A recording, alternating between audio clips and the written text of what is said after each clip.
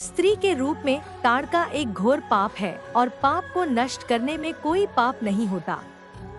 हे राम, तुम इस पापिनी का संहार कर दो। प्रातःकाल स्नान संध्योपासनादि कार्यों से निवृत्त होकर राम और लक्ष्मण गुरु विश्वामित्र के साथ सरिता तट पर पहुँचे।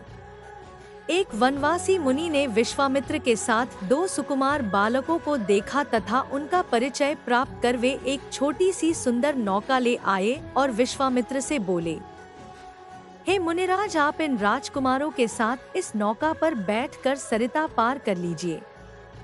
विश्वामित्र जी ने उस मुनि को धन्यवाद दिया और राम तथा लक्ष्मण के साथ नौका पर सवार हो गए।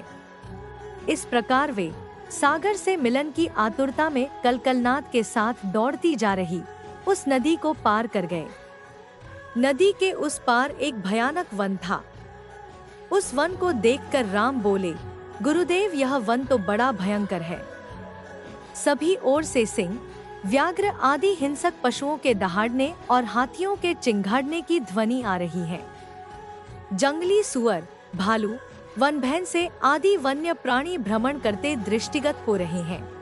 वृक्षों की सघनता के कारण सूर्य का प्रकाश इस वन के भीतर घुसने का साहस नहीं कर पा रहा है और इसी कारणवश चारों ओर अंधकार हो रहा है।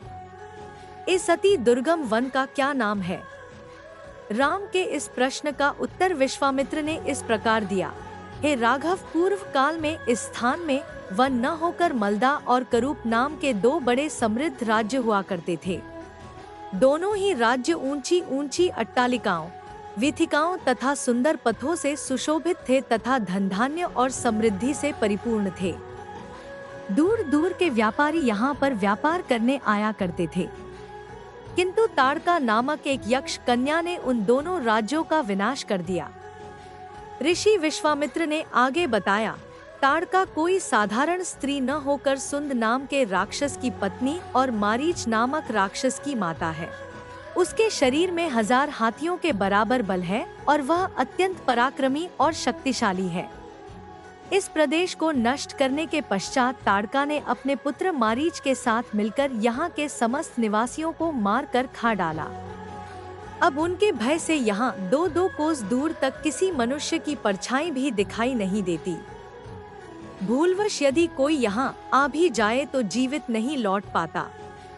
उसी ताड़का का संहार करने के लिए ही मैं तुम्हें यहाँ लाया हूँ। राम ने आश्चर्य से पूछा, गुरुदेव, स्त्रियां तो कोमल और दुर्बल होती हैं, फिर ताड़का में 1000 हाथियों का बल कैसे आ गया?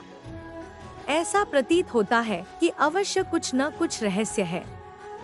विश्वामित्र बोले, वत्स, तुम्हारा कथन सत्य है और वास्तव में इसके पीछे एक रहस्य है। सुकेतु नाम का एक अत्यंत बलवान यक्ष था। वह संतानहीन था। अतः संतान प्राप्ति के उद्देश्य से उसने ब्रह्मा जी की कठोर तपस्या की। उसकी तपस्या से प्रसन्न होकर ब्रह्मा जी ने उसे संतान होने का वरदान दे दिया। परिणामस्वरूप ताड़का का जन्म हुआ। सुकेतु के द्वारा ताड़का के अत्यंत बली होने का वर मांगने पर ब्रह्मा जी ने उसके शरीर में 1000 हाथियों का बल दे दिया।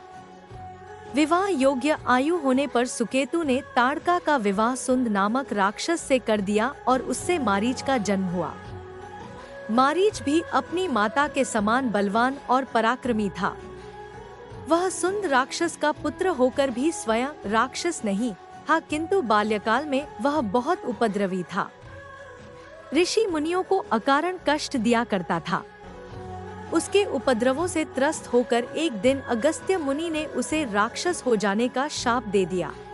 अपने पुत्र के राक्षस गति प्राप्त हो जाने से सुंद अत्यंत क्रोधित हो गया और अगस्त्य ऋषि को मारने दौड़ा। इस पर अगस्त्य ऋषि ने शाप देकर सुंद को तत्काल भस्म कर दिया। अपने पति की मृत्यु का बदला लेने के लिए ताड़का भी अगस्त्य ऋषि पर झपटी। इस पर अगस्त्य ऋषि ने शाप देकर ताड़का के सौंदर्य को नष्ट कर दिया और वह अत्यंत कुरूप हो गई। अपनी कुरूपता को देखकर और अपने पति की मृत्यु का बदला लेने के लिए ताड़का ने अगस्त्य मुनि के आश्रम को नष्ट करने का संकल्प किया है। अतः हे राम, मैं तुम्हें आज्ञा देता हूँ कि तुम ताड़का का वध करो। तुम्हारे अतिरिक्त इसका वध कोई भी नहीं कर सकता। अपने मन से यह विचार निकाल दो कि यह स्त्री है और स्त्री का वध मैं कैसे करूं। स्त्री के रूप में यह एक घोर पाप है और पाप को नष्ट करने में कोई पाप नहीं होता। समस्त संशय को त्याग कर मेरी आज्ञा से तुम इस पापिनी का संहार कर दो। राम ने कहा, गुरुदेव आपकी आज्ञा मुझे शिरोधार्य है।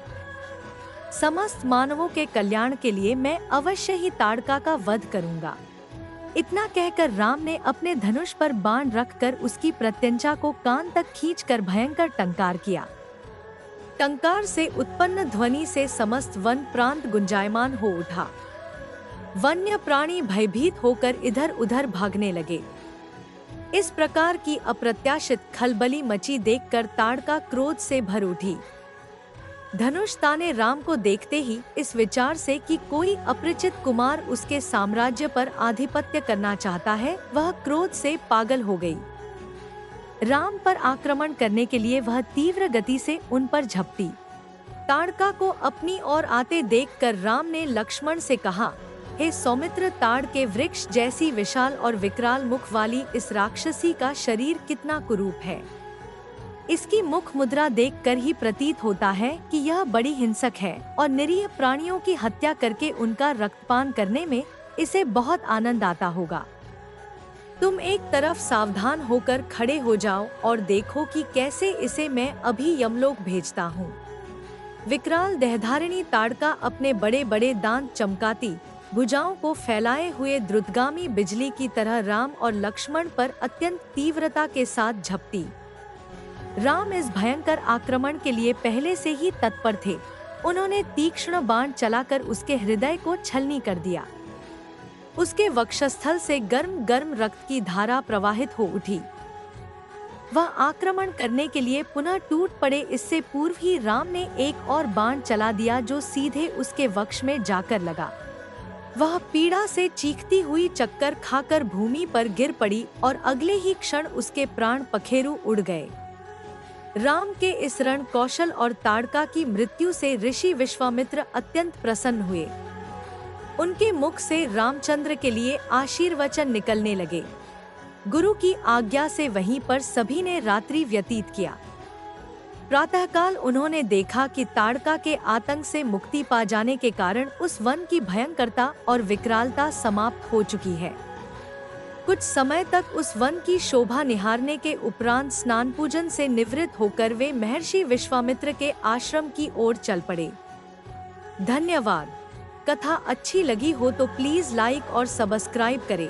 रामायण का अगला पार्ट जल्द ही आएगा। धन्यवाद।